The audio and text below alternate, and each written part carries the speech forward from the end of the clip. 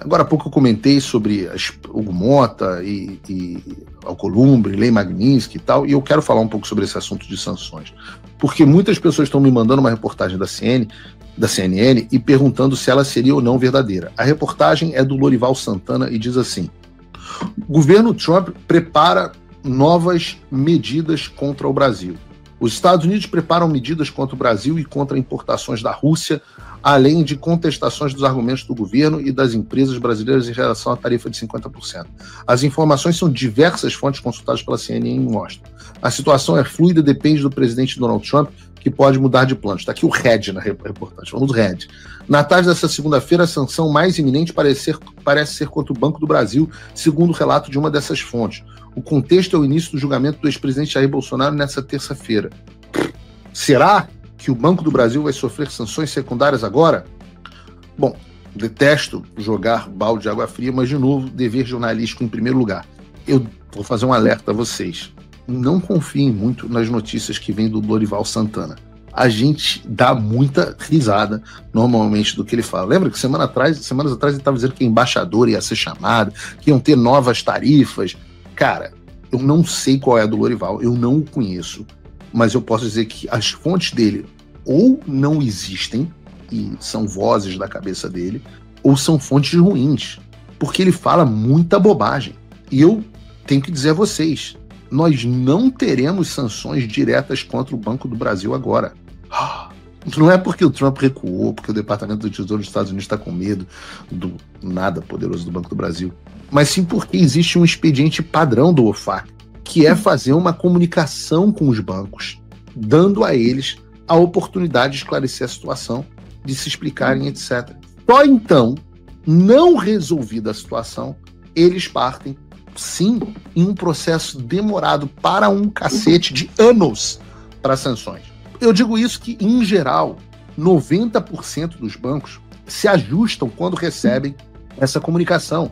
Lembrem, por favor, lá atrás, nos Paulo Figueiredo Show, lá atrás, eu tracei um roteiro do que ia acontecer com os bancos. Um roteiro com princípio, meio e fim. Até agora, todos os processos se cumpriram até agora. E uma das coisas que eu disse é que haveria antes uma comunicação aos bancos. E esse é basicamente o processo que nós já estamos tendo a partir de agora. Eu digo isso, e de novo, eu avisei que aconteceria na semana passada, porque de fato aconteceu. Aconteceu nesta segunda-feira. A reportagem saiu hoje na quarta, na Folha de São Paulo, dizendo o seguinte: o governo dos Estados Unidos questiona bancos no Brasil sobre a aplicação da Lei Magnitsky contra Moraes. O texto tem a seguinte informação: bancos brasileiros receberam nessa terça-feira uma carta do Tesouro dos Estados Unidos com questionamentos sobre a aplicação da Lei Magnitsky. O comunicado do OFAC, o Escritório de Controle de Ativos Estrangeiros que pertence ao Tesouro Americano, pergunta quais ações foram ou estão sendo tomadas pelas instituições para cumprir a sanção aplicada ao ministro Alexandre de Moraes do STF. O envio da notificação ocorreu no primeiro dia do julgamento do ex-presidente Jair Bolsonaro no STF. Não é verdade, ocorreu um dia antes.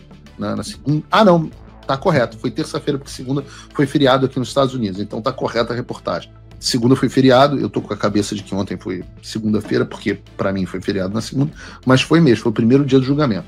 Mas não foi por causa do primeiro dia do julgamento, né? Obviamente, o Tesouro não falou assim, hoje é julgamento, vamos mandar a carta. Não, isso foi pedido por Eduardo Bolsonaro e eu na última viagem que nós fizemos 2 semanas atrás para Washington, para vocês entenderem um pouco como é o ritmo do funcionamento das coisas dentro de uma administração pública. Continua a reportagem. Moraes foi atingido pela Magnitsky injúria e, por isso, incluído nos rol de sancionados do OFAC. Por meio da decisão, o governo americano determina o congelamento de qualquer bem ou ativo que a pessoa sancionada tenha nos Estados Unidos e proíbe entidades americanas e empresas, indivíduos, de fazerem operações com ela. A medida incluiria o uso das bandeiras de cartões de crédito Mastercard, Visa, American Express, ou até Elo, como a gente mostrou aqui, por exemplo. O envio da comunicação pelo Tesouro seria o primeiro passo para averiguar o cumprimento da lei pelas instituições brasileiras. Em seguida, diz a Folha de São Paulo, não Paulo Figueiredo, o Departamento do Tesouro poderia, se julgar que houve descumprimento por parte dos bancos, aplicar sanções secundárias como multas. Haveria ainda a possibilidade de punir executivos das instituições como pessoas físicas, a depender da análise sobre eventual descumprimento. Os bancos no Brasil estão sujeitos a cumprir sanções pelo fato de terem representações nos Estados Unidos. Paulo Figueiredo, agora é a Folha de São Paulo, mas Paulo Figueiredo e Eduardo Bolsonaro dizem isso há muito tempo. Recentemente, o deputado federal Eduardo Bolsonaro e o empresário Paulo Figueiredo, empresário? Tá bom, se reuniram com, melhor do que blogueiro bolsonarista, se reuniram com o secretário do Tesouro dos Estados Unidos, Scott Bessent. No encontro disseram acreditar que as instituições brasileiras não estariam cumprindo nas íntegras as sanções determinadas pelo fato. Como revelou a Folha, ao menos um banco bloqueou o cartão do Alexandre de Moraes, e a Folha insiste que o banco bloqueou, embora o Metrópolis tenha dito que não bloqueou. Em troca, foi oferecido a Moraes um cartão da bandeira Elo para que ele pudesse fazer pagamentos no país sem restrições impostas pelo Trump. A lei Magnitsky, blá, blá, blá, segundo o secretário de Estado dos Estados Unidos, aí isso é encheção de linguiça aqui da Folha. O outro ponto da reportagem da Folha, esse você pode colocar no ar, esse que interessa, a Folha, aliás, responde aqui, ó. Bota de novo a reportagem pra gente, Bruno. A FEBRABAN informou não ter recebido das instituições informação sobre eventual comunicação do OFAC. De todo modo, tais comunicados têm caráter confidenciais, não são dirigidos à FEBRABAN, disse nota enviada à Folha. A Folha também questionou o Departamento do Tesouro sobre eventual sanção, mas não teve resposta. Aliados de Bolsonaro esperam novas sanções a autoridades brasileiras do Supremo e também do governo federal diante do julgamento do ex-presidente. Estão no radar dos americanos restringir o visto de mais autoridades brasileiras e aplicar punições financeiras a mais pessoas. Há ainda conversas sobre suspender algumas das 700 exceções dadas pelo governo americano na aplicação de 50% das tarifas a produtos importados do Brasil. O governo Trump suspendeu a entrada nos Estados Unidos de Moraes e outros 7 ministros do STF, além do Paulo Gonet, que também teve visto suspenso. Os Estados Unidos também cancelaram o visto da esposa e filha de 10 anos do ministro da Saúde, Alexandre Padilha, e uma suposta retaliação. E eu já disse, e a Folha deveria ter publicado, que cancelou o visto, e o Lula confirmou depois, o visto do ministro Lewandowski, e eu também afirmo que cancelou o visto do ministro Pacheco. E esse é o panorama por curto prazo. Eu posso afirmar aqui, confirmar aqui, que os bancos receberam sim essa comunicação, e na verdade eu vou adiante, eu vou falar mais do que isso. Eu digo que os bancos que receberam essas comunicações foram, vou antecipar aqui para vocês, pelo menos Santander, Banco do Brasil, Itaú, Bradesco e BTG. Esses 5, eu diria, com enorme grau de certeza que receberam essas comunicações. Os 5 têm participações e presença dentro dos Estados Unidos. E eu digo que é só o início, porque eles vão ter que explicar de maneira detalhada o que eles estão fazendo para cumprir a lei Magnitsky contra o pseudo-juiz Alexandre de Moraes. Receber uma correspondência dessa, uma notificação dessa, não é pouca coisa. Tenho certeza de que para esse pessoal que ficava sabendo tudo pela imprensa, ter sido diretamente contatado vai fazer com que essa questão se torne muito mais tangível para eles. Se mesmo assim tiver banco que prefere pagar para ver o que vai acontecer aí, meus amigos, dentro do playbook do governo dos Estados Unidos, nós estaremos sim diante de um cenário, que é o cenário lá do Lorival, vai demorar, mas um cenário em que as sanções secundárias se aproximam e as primeiras árvores da floresta bancária começam a queimar. Então resta saber até onde vai o fogo, se vai ter que se alastrar muito para pegar o bandido da Birmânia. São cenas dos próximos capítulos. Então, sobre sanções secundárias, é isso que eu tenho contribuído. Agora, falando sobre a inclusão de novos nomes na lista do OFAC, que é a expansão da aplicação da lei Magnitsky, eu também tenho algumas considerações. E aí, de novo, né, eu queria muito, cara, daria muito like, daria muita audiência, se eu pudesse ser o cara que, vem aí, se eu pudesse realmente fazer um tic-tac, se eu pudesse falar, bem, vamos fazer... E eu, na verdade, tenho que ajustar as expectativas de vocês. Porque a primeira coisa que a gente tem que entender é que antes da lei Magnitsky ser aplicada a outros indivíduos, ela tem que ser plena e efetivamente aplicada ao Alexandre de Moraes e ao seu círculo financeiro imediato, que é uma coisa que ainda está em curso. Moraes ainda não sentiu todos os efeitos da lei Magnitsky e o seu ciclo financeiro imediato não sentiu. Ora, vocês verão, vou fazer o seguinte, abre aqui para a câmera 2. Vou começar a jogar aqui para vocês, tá? Pesquisem na internet, a internet pode pesquisar o que é o tal do Instituto Lex de Assuntos Jurídicos. Estou compartilhando com vocês informações de inteligência que eu recebi, que eu fui autorizado a começar a divulgar e os jornais em breve começarão a pesquisar. Põe Reels aí para você, Bruno. Procurem o que é o Instituto Lex de assuntos jurídicos. E sim, eu sei que é muito irônico e um instituto de um cara que é um vilão e que tem a cara do Lex Luthor, inclusive a careca se chame Instituto Lex. Eu sei. Eu tenho vários Supermans aqui na minha estante. Mas vocês procurem. É um instituto que foi fundado pelo Alexandre de Moraes e a Viviane Barsi de Moraes nos anos 2000 e que o Alexandre, quando vira ministro do STF, sai desse instituto. E você tem dentro dele hoje o Alexandre, perdão, a Viviane, a Gabriela, a Juliana e o Alexandre Barsi de Moraes, que é o Alexandre Júnior, que é o filho do Alexandre. Esses são os donos desse Instituto Lex. Procurem na internet a página dele. Não existe. Procurem no Instagram a última postagem feita por eles, em 2017. Aí você vai ver que todo o patrimônio do Alexandre e da Viviane estão nesse instituto. E eu estou falando todo o patrimônio, é que o Alexandre de Moraes é multimilionário. Multimilionário. Do tipo, o apartamento de 25 milhões que ele vive, que é, pelo menos é a residência oficial, é a residência declarada dele, né? Porque ele também vive em Brasília, né?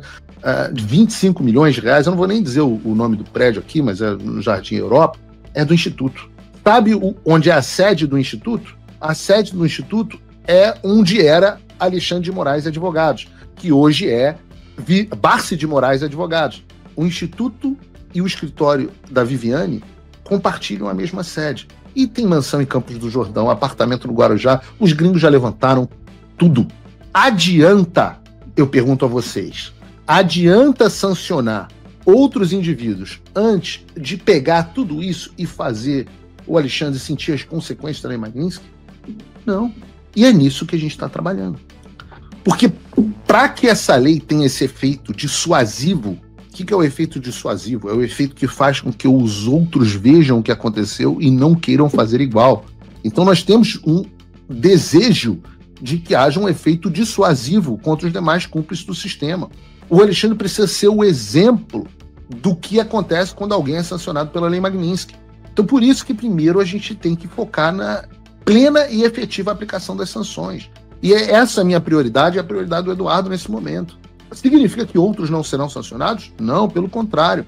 Mas essa expectativa de que, de novo, acho que o Lorival ou outras pessoas estão dizendo nos jornais que vai haver um voto e aí vai ter uma pessoa sancionada pela Lei Magnitsky.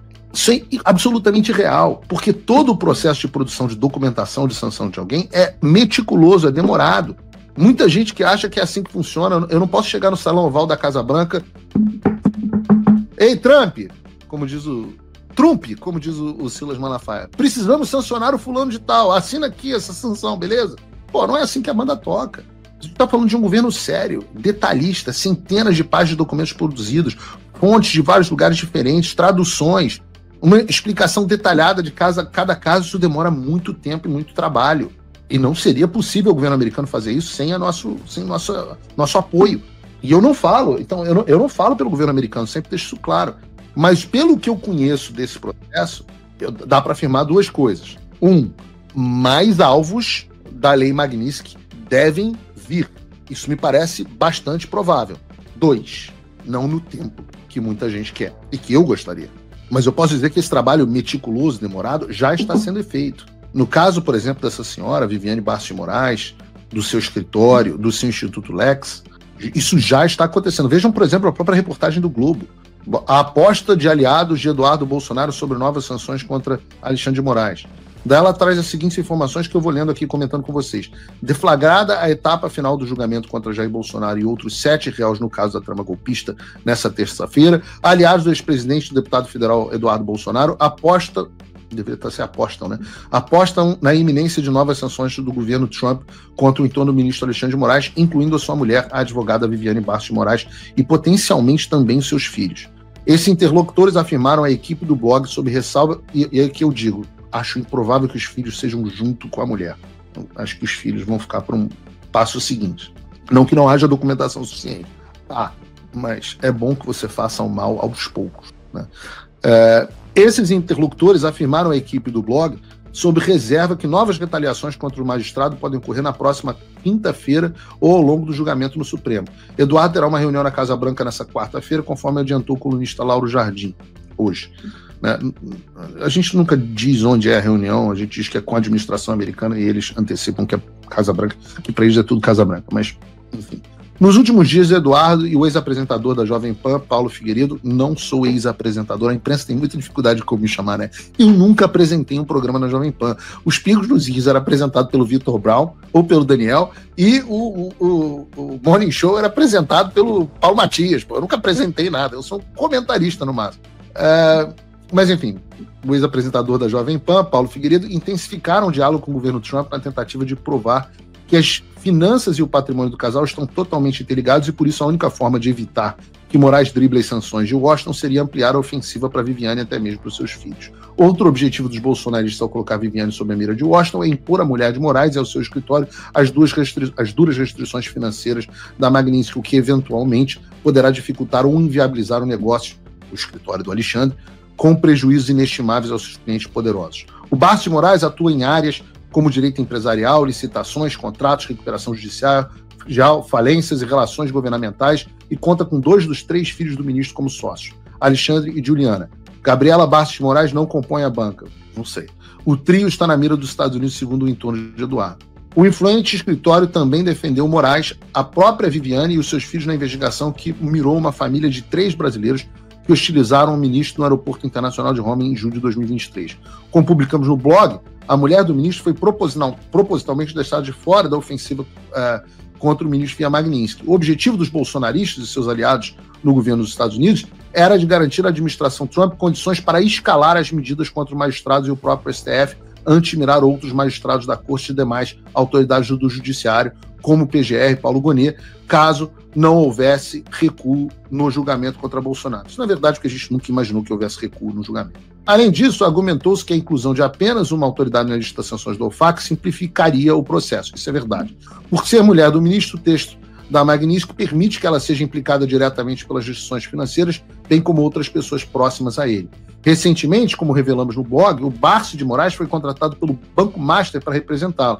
A instituição financeira está no centro de uma controversa transação que envolve a venda de parte da sua operação para o BRB, o Banco Estatal de Brasília. Se as ameaças bolsonaristas se concretizarem, Viviane e os filhos figurarão ao lado de Moraes e suspeitos de ligação com o terrorismo e o tráfico internacional de drogas e armas na lista das sanções da OFAC. É o que diz a reportagem. Então, o que eu estou repetindo, é um trabalho sério, detalhista, meticuloso, que já está em andamento. Os próximos alvos da Lei Magnitsky são claros e eu posso dizer que as coisas estão avançadas, mas eu sou realista com vocês. Se eu falar que as sanções vão sair até sexta, por exemplo, eu estaria mentindo, porque eu acho que as chances disso acontecer são mínimas. E aqui no Paulo Figueiredo Show você tem informação real, não necessariamente a que vende mais, a que engaja mais, a que te deixa mais feliz, o que atrai o público. Por isso eu digo que eu tenho um alto grau de certeza que isso vai demorar mais do que os imediatistas desejam. Não vai ser amanhã, nem vai ser ao vivo durante o julgamento do Bolsonaro. Essa ideia de que o Trump está preparando um sistema de um voto, uma sanção, é uma coisa que não tem ideia de como é que as coisas funcionam. Eu sei que vão ter meia dúzia de pessoas falando que os Estados Unidos não estão interessados, que nada vai acontecer, que o Brasil vai acabar daqui a 2 dias, depois disso vai ser tarde demais, que tudo acabará em pizza. É normal. Esses malucos estão criticando a gente desde o início, desde que o trabalho começou. Quem está em pleno domínio da capacidade mental, por exemplo, já entendeu que aqui não tem ninguém brincando. As coisas vão acontecer. Mas nós estamos lidando com um governo. Tem um processo burocrático.